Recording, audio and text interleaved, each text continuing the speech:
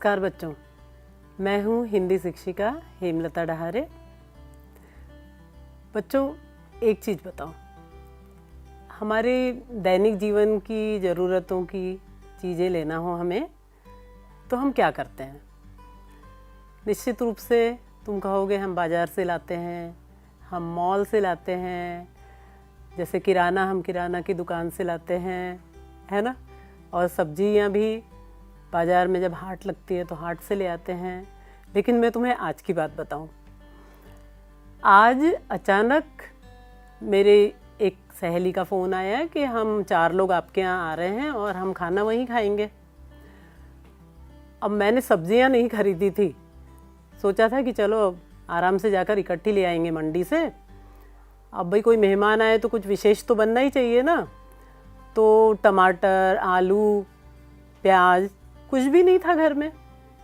मैं सोच रही थी क्या करूं, तभी मुझे आवाज़ सुनाई पड़ी, आलू, बैंगन, टमाटर, मिर्ची ले लो, हरी मिर्च, हरा धनिया, अदरक ले लो। और मेरी तो खुशी का ठिकाना नहीं रहा, क्योंकि सब्जी वाला मेरी गली में खड़ा हुआ था और आवाज़ें लगा रहा था। मैं फटाफट गई और मुझे जो जो चाहिए था मैंने लिया। तो मैंने ये किस्सा आपको क्यों सुनाया? बच्चों, आप लोगों के घर के सामने से आपकी गली में भी कई फेरी वाले निकलते होंगे, है ना? कोई कबाड़ का सामान लेने वाले, कोई फल बेचने वाले, सब्जी बेचने वाले, और भी तरह तरह की चीज़ें, जैसे चूड़ियों वाला। हम लोग छोटे थे ना तो बांगड़ी बिल्लोर करके चूड़ी वाला घर के सामने से आता था और हम दौड़ पड़ते थे अपनी माँ को बुलाने कि चलो चलो चूड़ी ले लो। और बड़ा मज़ा आता था, वो रंग बिरंगी चूड़ियाँ निकाल कर दिखाता था। तो फेरी वालों की भी हमारे जीवन में कोई कम अहमियत नहीं है। तो आज जो हम पाठ पढ़ने वाले हैं वो कक्षा 7वीं का पाठ 5 मिठाई वाला है। ये मिठाई वाला भी एक फेरी वाला ही था जो गलियों में घूम घूम कर मिठाई बेचता था। मिठाई वाला पाठ के लेखक हैं श्री भगवती प्रसाद वाजपेयी। श्री भगवती प्रसाद वाजपेयी का जीवन परिचय जान लें। आपका जन्म 11 अक्टूबर 1899 को कानपुर, उत्तर प्रदेश के मंगलपुर ग्राम में हुआ था और आपका निधन 8 मई 1973 को हुआ। आपकी कुछ प्रमुख कृतियाँ यानी रचनाएं हैं मधुपर्क, हिलोर, खाली बोतल, प्रेम पथ, 2 बहनें, अनाथ पत्नी, मनुष्य और देवता। और भी कई रचनाएं हैं, लेकिन मैंने कुछ रचनाओं के ही नाम बताए। और आपने 33 यानी 33 उपन्यास लिखे हैं। तो इनकी ही एक कहानी मिठाई वाला आज हम पढ़ेंगे। बहुत ही मीठे स्वरों में वह गलियों में घूमता हुआ कहता, बच्चों को बहलाने वाला, खिलौने वाला। इस अधूरे वाक्य को वह ऐसे विचित्र किंतु मादक मधुर ढंग से गाकर कहता कि सुनने वाले एक बार अस्थिर हो उठते। उसके स्नेहाभिषिक्त कंठ से फूटा हुआ गान सुनकर निकट के मकानों में हलचल मच जाती। छोटे छोटे बच्चों को गोद में लिए युवतियां चिकों को उठाकर छज्जों पर नीचे झांकने लगती। गलियों और उनके अंतर्व्यापी छोटे छोटे उद्यानों में खेलते और इठलाते हुए बच्चों का झुंड उसे घेर लेता और तब वह खिलौने वाला वहीं बैठकर खिलौने की पेटी खोल देता। तो बच्चों, समझ में तो आ गया होगा ना कि ये बात कर रही हूँ मैं खिलौने वाला की। बच्चों को बहलाने वाला, खिलौने वाला बड़े ही मधुर स्वर में गाता हुआ वह गली में आता था। तो उसको देखने के लिए छोटे छोटे बच्चों, अपने बच्चों को गोद में लेकर के युवतियाँ चिक यानी पर्दा को उठाकर झांकने लगती थी और गली में हलचल मच जाती थी। वो बड़े ही मीठे मधुर स्वर में और प्रेम से गाता था। और गली से जो जुड़े हुए छोटे छोटे से बगीचे हैं, वहाँ बच्चे खेल रहे हैं, तो वे बच्चे भी इठलाते हुए दौड़े चले आते थे खिलौने खरीदने के लिए। तो खिलौने वाला खुश हो जाता और अपनी खिलौने की पेटी खोलकर उनके सामने बैठ जाता। बच्चे खिलौने देखकर पुलकित हो उठते यानी बड़े खुश हो उठते। वे पैसे लाकर खिलौने का मोल भाव करने लगते। पूछते, इचका दाम क्या है? और इचका। खिलौने वाला बच्चों को देखता और उनकी नन्ही नन्ही उंगलियों से पैसे ले लेता और बच्चों की इच्छा अनुसार उन्हें खिलौना दे देता। बच्चों को जो खिलौना चाहिए वह पूछकर उन्हें दे देता था। खिलौने लेकर बच्चे फिर से उछलने कूदने लगते और फिर खिलौने वाला इसी प्रकार गाकर कहता, बच्चों को बहलाने वाला खिलौने वाला। सागर की हिलोर की भांति उसका यह मादक गान गली भर के मकानों में इस ओर से उस ओर तक लहराता हुआ पहुंचता और खिलौने वाला आगे बढ़ जाता। तुमने भी देखा होगा, जब तुम्हारी गली में कोई फेरी वाला आता होगा ना, तो दूर दूर तक उसकी आवाज़ फैलती है। और ये बात सही है कि फेरी वाले यदि बिना आवाज़ किए, बिना आवाज़ लगाए चले जाएं तो हमें पता भी नहीं चलेगा कि कौन क्या बेचने आया था और चला गया। उनकी आवाज़ से ही तो सब बाहर निकल कर आते हैं और अपनी ज़रूरत की चीज़ें लेते हैं। अब भाई, इस गली में राय विजय बहादुर रहते थे। उनके बच्चे भी एक दिन खिलौने लेकर घर आए। वे 2 बच्चे थे, चुन्नू और मुन्नू। चुन्नू मुन्नू जब खिलौने लेकर आए तो चुन्नू बोला, मेला घोला कैचा चुंदल ए। तो फिर मुन्नू भी बोला, ऑल देखो मेला कैचा चुंदल ए। कुछ देर तक उनकी माँ रोहिणी उन्हें देखकर निरखती रही, यानी उन्हें देखती रही और अंत में उन्होंने बच्चों को बुलाया और बोला, अरे ओ चुन्नू मुन्नू, ये खिलौने तुमने कितने में लिए? तो मुन्नू बोला, 2 पैसे में। खिलौने वाला दे गया ए। रोहिणी सोचने लगी, इतने सस्ते कैसे दे गया है, कैसे दे गया है, यह तो वही जाने। लेकिन दे तो गया है, इतना तो निश्चय है, यानी पक्का है कि 2 पैसे में उसने खिलौने दिए हैं। एक जरा सी बात ठहरी, मतलब भाई बड़ी छोटी सी बात थी ये। तो रोहिणी अपने काम में लग गई और कभी उसे इस पर विचार करने की ज़रूरत भी महसूस नहीं हुई। अब 6 महीने बीत गए। नगर भर में 2-4 दिनों से एक मुरली वाले के आने का समाचार फैल गया। लोग कहने लगे, भाई वाह, मुरली बजाने में वह एक ही उस्ताद है। मुरली बजाकर, गाना सुनाकर वह मुरली बेचता भी है, सो भी 2-2 पैसे में। भला इसमें उसे क्या मिलता होगा?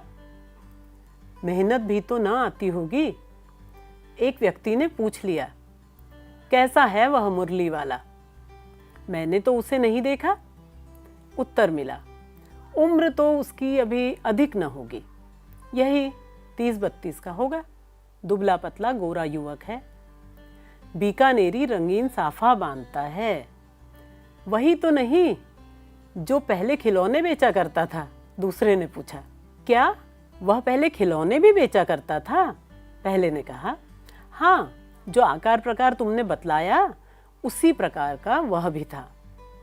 तो वही होगा, पर भाई है वह एक उस्ताद, यानी वो अपनी कला में बड़ा प्रवीण है, कुशल है, निपुण है। प्रतिदिन इसी प्रकार उस मुरली वाले की चर्चा होती। प्रतिदिन नगर की प्रत्येक गली में उसका मादक मृदुल स्वर सुनाई पड़ता। बच्चों को बहलाने वाला मुरलिया वाला। रोहिणी ने भी मुरली वाले का यह स्वर सुना। तुरंत ही उसे खिलौने वाले का स्मरण हो आया। उसने मन ही मन कहा, खिलौने वाला भी तो इसी तरह गा गा कर खिलौने बेचा करता था। रोहिणी उठकर उसके पति विजय बाबू के पास गई। जरा उस मुरली वाले को बुलाओ, चुन्नू मुन्नू के लिए ले लूं, क्या पता यह इधर आए न आए। वे भी जान पड़ता है पार्क में खेलने निकल गए हैं। वो अपने बच्चों के लिए कह रही है कि वे भी शायद पार्क में खेलने निकल गए होंगे। विजय बाबू एक समाचार पत्र पढ़ रहे थे। उसी तरह उसे लिए हुए वे दरवाजे पर आकर मुरली वाले से बोले, क्यों भाई, किस तरह देते हो मुरली? यानी मुरलियों का भाव क्या है। किसी की टोपी गिर पड़ी, किसी का जूता पार्क में छूट गया, किसी की सोथनी यानी पजामा ही ढीली होकर लटक आई। इस तरह दौड़ते हाँफते हुए बच्चों का झुंड पहुंचा। मतलब विजय बाबू जब मुरली देख रहे थे ना, उस समय बच्चों की भीड़ भी मुरली वाले के पास आ गई। एक स्वर में सब बोल उठे, अम्बी लेंदे मुरली और अम्बी लेंदे मुरली। मुरली वाला हर्ष गदगद हो उठा, यानी मुरली वाले को बड़ी खुशी हुई। खुशी के मारे गदगद होना है ना, बहुत ज़्यादा खुश होना। बोला सबको देंगे भैया, लेकिन जरा रुको, ठहरो, एक एक को देने दो। अभी इतनी जल्दी हम कहीं लौटे थोड़े ही जाएंगे। बेचने तो आए हैं, और हैं भी इस समय मेरे पास 1-2 नहीं, पूरी 57 मुरलियां हैं। हाँ बाबूजी, क्या पूछा था आपने, कितने में दी? दी तो वैसे 3-3 पैसे की के हिसाब से है, पर आपको 2-2 पैसों की मैं ही दे दूंगा। विजय बाबू भीतर बाहर दोनों रूप में मुस्कुरा दिए, मन ही मन कहने लगे, कैसा है, देता तो सबको इसी भाव से है, पर मुझ पर उल्टा एहसान लाद रहा है। फिर बोले, तुम लोगों की झूठ बोलने की आदत होती है, देते होंगे सभी को 2-2 पैसे में, पर एहसान का बोझा मेरे ही ऊपर लाद रहे हो। मुरली वाला एकदम अप्रतिभ हो उठा। बोला, आपको क्या पता बाबूजी कि इनकी असली लागत क्या है? यह तो ग्राहकों का दस्तूर होता है कि दुकानदार चाहे कितनी भी हानि उठाकर चीजें क्यों न बेचे, पर ग्राहक यही समझते हैं कि दुकानदार मुझे लूट रहा है। आप भला काहे को विश्वास करेंगे? लेकिन सच पूछिए बाबूजी, असली दाम 2 ही पैसा है। आप कहीं से 2 पैसे में ये मुरली नहीं पा सकते। मैंने तो पूरी 1000 बनवाई थी, तब मुझे इस भाव पड़ी है। विजय बाबू बोले, अच्छा मुझे ज़्यादा वक्त नहीं, जल्दी से दे दो, जल्दी से 2 ठो निकाल दो। 2 मुरलियाँ लेकर विजय बाबू फिर मकान के भीतर पहुँच गए। मुरली वाला देर तक उन बच्चों के झुंड में मुरलियाँ बेचता रहा। उसके पास कई रंग की मुरलियाँ थी। बच्चे जो रंग पसंद करते, मुरली वाला उसी रंग की मुरली निकाल देता। यह बड़ी अच्छी मुरली है, तुम यही लो बाबू।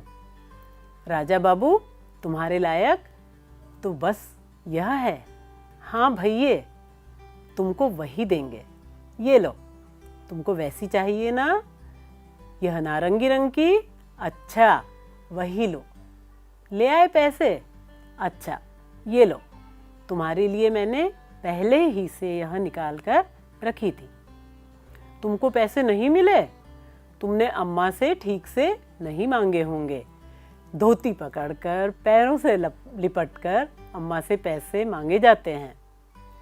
बाबू, हाँ, फिर जाओ, अब की बार मिल जाएंगे। दुअन्नी है तो क्या हुआ, ये लो पैसे वापस लो। ठीक हो गया ना हिसाब? मिल गए पैसे? देखो मैंने तरकीब बताई थी ना। अच्छा, अब तो किसी को नहीं लेना है, सब ले चुके। तुम्हारी माँ के पास पैसे नहीं हैं? अच्छा, तुम भी यह लो। अच्छा, तो अब मैं चलता हूँ। इस तरह मुरली वाला आगे बढ़ गया। तो ये उसका बच्चों से वार्तालाप चल रहा था। वो बच्चों को तरकीब भी बताता था कि अपनी माँ से पैसे किस तरह से मांगना है, और किसी के पास पैसे नहीं हो तब भी वह मुरली दे देता था। आज अपने मकान में बैठी हुई रोहिणी मुरली वाले की सारी बातें सुनती रही। आज भी उसने अनुभव किया, बच्चों के साथ इतने प्यार से बातें करने वाला फेरी वाला पहले कभी नहीं आया। फिर यह सौदा भी कैसा सस्ता बेचता है, भला आदमी जान पड़ता है।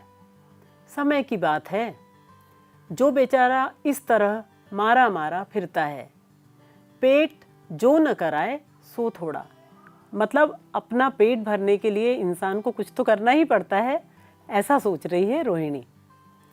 इसी समय मुरली वाले का क्षीण स्वर दूसरी निकट की गली से सुनाई पड़ा। बच्चों को बहलाने वाला मुरलिया वाला।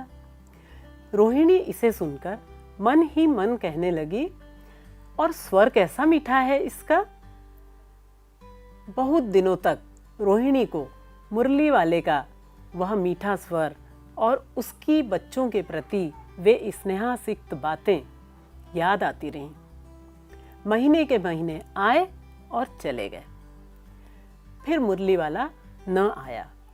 धीरे धीरे उसकी स्मृति भी क्षीण हो गई। अब 8 महीने के बाद की बात है। 8 मास बाद सर्दी के दिन थे। रोहिणी स्नान करके मकान की छत पर चढ़कर आजानुलंबित केश राशि सुखा रही थी। रोहिणी के घुटने तक लंबे बाल थे। वे अपने बालों को छत पर खड़ी होकर सुखा रही थी। इस समय नीचे की गली में सुनाई पड़ा, बच्चों को बहलाने वाला मिठाई वाला। मिठाई वाले का स्वर उसके लिए परिचित था। झट रोहिणी नीचे उतर आई। उस समय उसके पति मकान में नहीं थे। हाँ, उनकी वृद्धा दादी थी। रोहिणी उनके निकट आकर बोली, दादी, चुन्नू मुन्नू के लिए मिठाई लेनी है, जरा कमरे में चलकर ठहराओ। मैं उधर कैसे जाऊं? कोई आता न हो। जरा हटकर मैं भी चिक की ओट में बैठी रहूंगी। दादी उठकर कमरे में आकर बोली, ऐ मिठाई वाले, इधर आना। मिठाई वाला निकट आ गया। बोला, कितनी मिठाई दूं माँ? नए तरह की मिठाइयाँ हैं, रंग बिरंगी, कुछ कुछ खट्टी, कुछ कुछ मीठी, जायकेदार, बड़ी देर तक मुंह में टिकती है, जल्दी नहीं घुलती। बच्चे बड़े चाव से चूसते हैं। इन गुणों के अलावा ये खांसी भी दूर करती हैं। कितनी दूं? चपटी, गोल, पहलदार गोलियां हैं। पैसे की 16 देता हूँ। दादी बोली, 16 तो बहुत कम होती है, भला 25 तो देते। मिठाई वाला, नहीं दादी, अधिक नहीं दे सकता, इतना भी देता हूँ। यह अब मैं तुम्हें क्या, खैर मैं अधिक न दे सकूंगा। रोहिणी दादी के पास ही थी। बोली, दादी फिर भी काफी सस्ता दे रहा है, 4 पैसे की ले लो, यह पैसे रहे। मिठाई वाला मिठाइयाँ गिनने लगा। तो 4 पैसे की दे दो। अच्छा, 25 नहीं, सही, चलो 20 ही दे दो। अरे हाँ, मैं बूढ़ी हुई, मोल भाव अब मुझे ज्यादा करना आता ही नहीं। कहते हुए दादी के पोपले मुंह से जरा सी मुस्कुराहट फूट निकली। पोपला मुंह यानी बिना दांतों वाला मुंह। दादी माँ के दांत टूट गए होंगे शायद, तो वो मुस्कुराने लगी। रोहिणी ने दादी से कहा, दादी इससे पूछो, तुम शहर में और कभी भी आए थे या पहली बार आए हो? यहाँ के निवासी तो तुम हो नहीं। दादी ने इस कथन को दोहराने की चेष्टा ही की थी कि मिठाई वाले ने उत्तर दिया, पहली बार नहीं, और भी कई बार आ चुका हूँ। रोहिणी चिक की आड़ में से ही बोली, पहले यही मिठाई बेचते हुए आए थे या और कोई चीज लेकर? मिठाई वाला हर्ष, संशय और विस्मय आदि भावों में डूबकर बोला, इससे पहले मुरली लेकर आया था और उससे भी पहले खिलौने लेकर। रोहिणी का अनुमान ठीक निकला। अब तो वह उससे और भी कुछ बातें पूछने के लिए अस्थिर हो उठी। वह बोली, इन व्यवसायों में भला तुम्हें क्या मिलता होगा? वह बोला, मिलता भला क्या है, यही खाने भर को मिल जाता है, कभी नहीं भी मिलता है, पर हाँ, संतोष, धीरज और कभी कभी असीम सुख जरूर मिलता है, और यही मैं चाहता भी हूँ। सो कैसे, वह भी बताओ। अब व्यर्थ उन बातों की चर्चा क्यों करूं, उन्हें आप जाने ही दें। उन बातों को सुनकर आपको दुख ही होगा। अतिशय गंभीरता के साथ मिठाई वाले ने कहा, मैं भी अपने नगर का एक प्रतिष्ठित आदमी था। मकान, व्यवसाय, गाड़ी, घोड़े, नौकर, चाकर सभी कुछ था। स्त्री थी, छोटे छोटे 2 बच्चे भी थे। मेरा वह सोने का संसार था, यानी मेरा जीवन बड़ा अच्छा था उस समय। बाहर संपत्ति का वैभव था, भीतर सांसारिक सुख था। मतलब मेरे पास रुपए पैसे की भी कोई कमी नहीं थी और साथ ही मेरी गृहस्थी भी बड़ी अच्छी थी, मैं सुखी था। स्त्री सुंदरी थी, मेरी प्राण थी। बच्चे ऐसे सुंदर जैसे सोने के सजीव खिलौने। मेरे बड़े सुंदर सुंदर 2 बच्चे थे। उनकी अटखेलियों के मारे घर में कोलाहल मचा रहता। समय की गति, विधाता की लीला, अब कोई नहीं है। दादी, प्राण निकाले नहीं निकले, इसीलिए अपने उन बच्चों की खोज में निकला हूँ। वे सब अंत में होंगे तो यहीं कहीं, आखिर कहीं जन्मे ही होंगे। उस तरह रहता, घुल घुल कर मरता, इस तरह सुख संतोष के साथ मरूंगा। इस तरह के जीवन में कभी कभी उन बच्चों की झलक सी मिल जाती है। ऐसा जान पड़ता है जैसे वे इन्हीं में उछल उछल कर हंस खेल रहे हैं। पैसों की कमी थोड़े ही है। अब रोहिणी ने मिठाई वाले की ओर देखा। उसकी आंखें आंसुओं से तर हैं। इसी समय चुन्नू मुन्नू आ गए। रोहिणी से लिपटकर उसका आंचल पकड़कर बोले, अम्मा मिठाई मुझसे लो। यह कहकर तत्काल कागज की 2 पुड़िया मिठाइयों से भरी मिठाई वाले ने चुन्नू मुन्नू को दे दी। रोहिणी ने भीतर से पैसे फेंक दिए। मिठाई वाले ने पेटी उठाई और कहा, ये पैसे न लूंगा। दादी बोली, अरे अरे न न, अपने पैसे लिए जा भाई। तब तक आगे फिर सुनाई पड़ा उसी प्रकार मादक मृदुल स्वर में, बच्चों को बहलाने वाला मिठाई वाला। तो बच्चों, ये थी मिठाई वाला कहानी। कैसी लगी आपको कहानी? मिठाई वाले की बड़ी ही दुख भरी दास्तान थी। इसीलिए वो कभी खिलौने, कभी मिठाई और कभी मुरली लेकर बेचने निकल जाता था और वो लंबे लंबे समय के बाद आता था। और अलग अलग चीज़ें वो इसलिए लाता था ताकि बच्चों की रुचि बनी रहे। और वो सस्ते दामों में भी मिठाई बेचता था, खिलौने बेचता था 2-2 पैसे में। इसका कारण ये था कि उसके पास पैसे की कमी नहीं थी, है ना। रोहिणी, दादी और उसकी चर्चा से आपको पता चला होगा। बस एक चीज़ है, रोहिणी चिक के आड़ से बातें करती है। तो ये एक तरह से एक पर्दा प्रथा है बच्चों। तो आज तो मुझे नहीं लगता कि कहीं इस तरह की प्रथा होगी। ये कहानी जिस समय लिखी होगी उस समय शायद पर्दा प्रथा ज़्यादा रही होगी। पर इस तरह से महिलाओं का अंदर पर्दे के भीतर रहना, ये कुछ ठीक नहीं लगता। आज महिलाओं और पुरुषों को समान अधिकार है, समान रूप से वे बाहर जाकर कार्य करते हैं। तो आज हमें ऐसा देखने को नहीं मिलता। मिठाई वाला उन बच्चों की खुशी में ही अपनी खुशी समझता था, है ना। तो कहानी अच्छी लगी होगी। थोड़े से शब्दार्थ की बात कर लें। वैसे तो कहानी मैंने समझाई तो आपको समझ में आ ही गया होगा, परंतु विचित्र यानी अजीब होता है, मादक मन को भाने वाला, अस्थिर जो ठहरा हुआ न हो। जैसे तुम बच्चे लोग अस्थिर रहते हो ना, इधर उधर भागते रहते हो, तो जो ठहरा हुआ न हो उसे अस्थिर कहते हैं। स्नेहाभिषिक्त यानी स्नेह से परिपूर्ण। छज्जा छत के आगे बढ़ा हुआ एक भाग। अंतर्व्यापी यानी बीच में स्थित। उद्यान बगीचे को कहते हैं। पुलकित यानी खिल उठना, अत्यधिक प्रसन्न हो जाना। हिलोर लहरें। निरखती यानी देखती। उस्ताद मतलब माहिर। साफा, वो बीकानेरी साफा बांधता था ना, तो ये एक तरह का कपड़ा है सिर पर बांधने वाला। मृदुल का मतलब मधुर होता है। स्मरण, स्मृति को यानी याद। हर्ष, खुशी। अप्रतिभ यानी उदास। दस्तूर नियम को कहते हैं। क्षीण मतलब कमजोर, धीमा। आजानुलंबित मतलब घुटने तक लंबे। जायकेदार यानी स्वादिष्ट। चेष्टा मतलब कोशिश।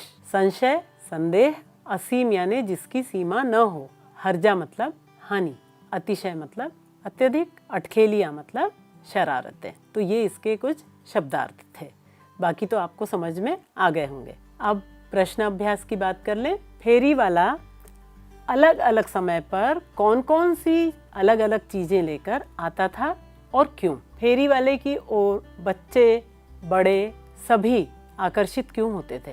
फेरी वाला फेरी लगाकर चीज़ें बेचने क्यों आता था? फेरी वाले को बच्चों से इतना प्रेम क्यों था?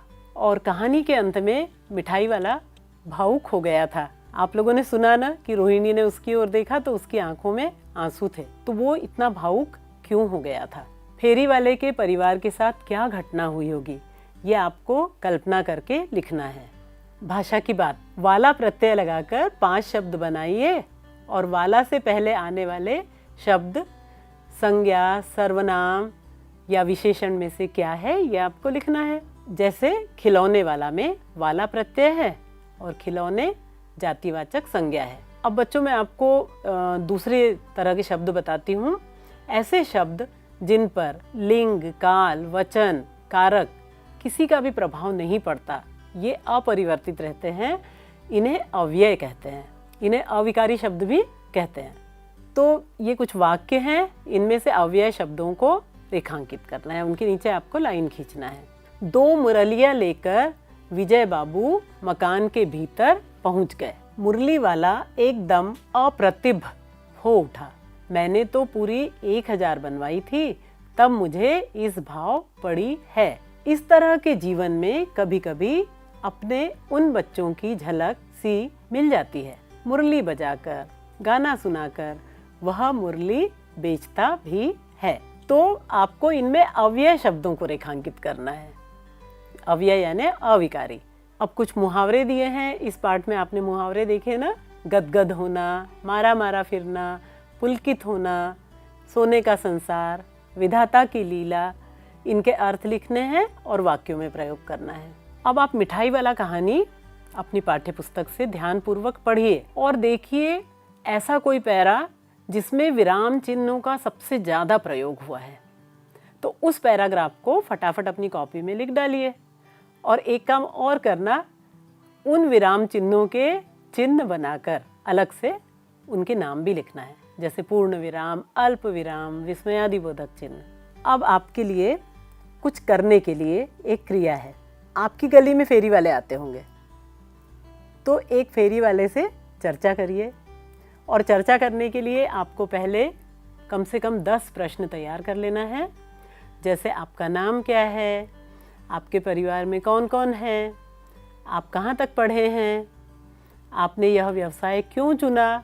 अब देखो 4 प्रश्न तो मैंने ही बता दिए, ऐसे ही 6 प्रश्न आपको लिखने हैं। और फिर जब कोई फेरी वाला आपकी गली में आएगा ना, तो उससे चर्चा करिए और उससे जो संवाद कर रहे हैं, मतलब जो बातचीत आप कर रहे हो ना, वार्तालाप, वो अपनी कॉपी में लिख डालिए, तो ये संवाद लेखन हो जाएगा। तो बच्चों आज के लिए इतना ही, लेकिन मिठाई वाला पाठ से हमें इतना तो सीखना ही है कि अपने लिए तो सभी जीते हैं, अपनी खुशी के लिए तो सभी काम करते हैं, लेकिन सच्चा इंसान तो वह है जो दूसरों की खुशी के लिए जिए, दूसरों की खुशी में ही अपनी खुशी ढूंढे। जैसे यह मिठाई वाला, वो बच्चों को खुश देखकर स्वयं खुश होता था। उन बच्चों की खुशी देखकर उसे ऐसा लगता था जैसे मेरे बच्चे खुश हो रहे हैं। ये भी हो सकता था कि अपने परिवार, अपनी पत्नी, अपने बच्चों की याद में वो हमेशा उदास बैठा रहता, बीमार पड़ जाता, लेकिन उसने ऐसा नहीं किया। उसने खुश रहना सीखा और खुश रहकर उसने दूसरों में खुशियाँ बांटी। तो ऐसे ही छोटे छोटे प्रयास हमें भी करना चाहिए। फिर देखिए हमें भी कितनी खुशी मिलती है। हम दूसरों को जितनी खुशी देते हैं, उससे कई ज़्यादा खुशी हमें मिलती है। तो अगली बार फिर से एक रोचक कहानी के साथ मिलेंगे। तब तक के लिए नमस्कार।